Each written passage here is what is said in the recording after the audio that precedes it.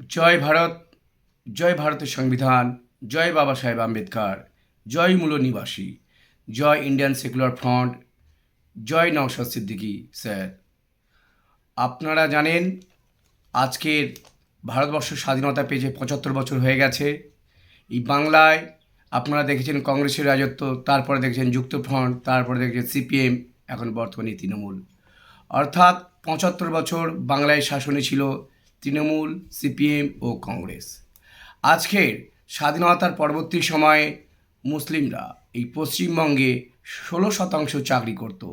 আজকে ২০২৪ সাল, সেখানে মুসলিমদের চাকরির সংখ্যা এসে দাঁড়িয়েছে ১%। অন্যদিকে শহরে বসবাস করে ২%, বাবুরা তাদের ১০০% চাকরিতে পৌঁছে গেছে।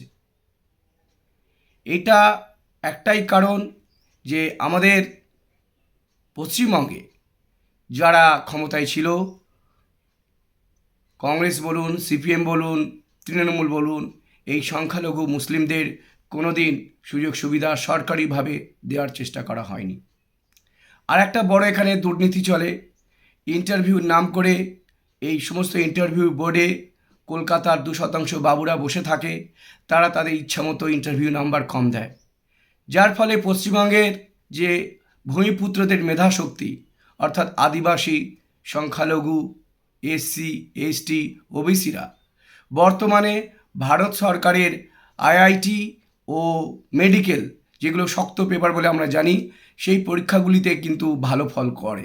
আমাদের পশ্চিমবঙ্গের সংখ্যালঘুরা, আদিবাসীরা, শিডিউল কাস্ট, শিডিউল ট্রাইব এবং ওবিসিরা।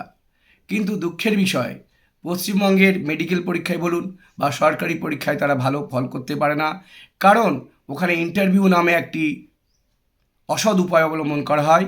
এই ইন্টারভিউ বোর্ডের মাথায় এই কলকাতার ২% বাবুরা বসে থাকে, তারা তাদের খেয়াল খুশি মতো নাম্বার দেয়, যার ফলে পশ্চিমবঙ্গের ভূমিপুত্ররা ভারতবর্ষের শক্ত পেপার, মেডিকেল ও আইআইটি পেপারে তারা যোগ্যতা অর্জন করলেও কিন্তু পশ্চিমবঙ্গের এই সরকারের চালাকিতে তারা কিন্তু পাশ করতে পারে না।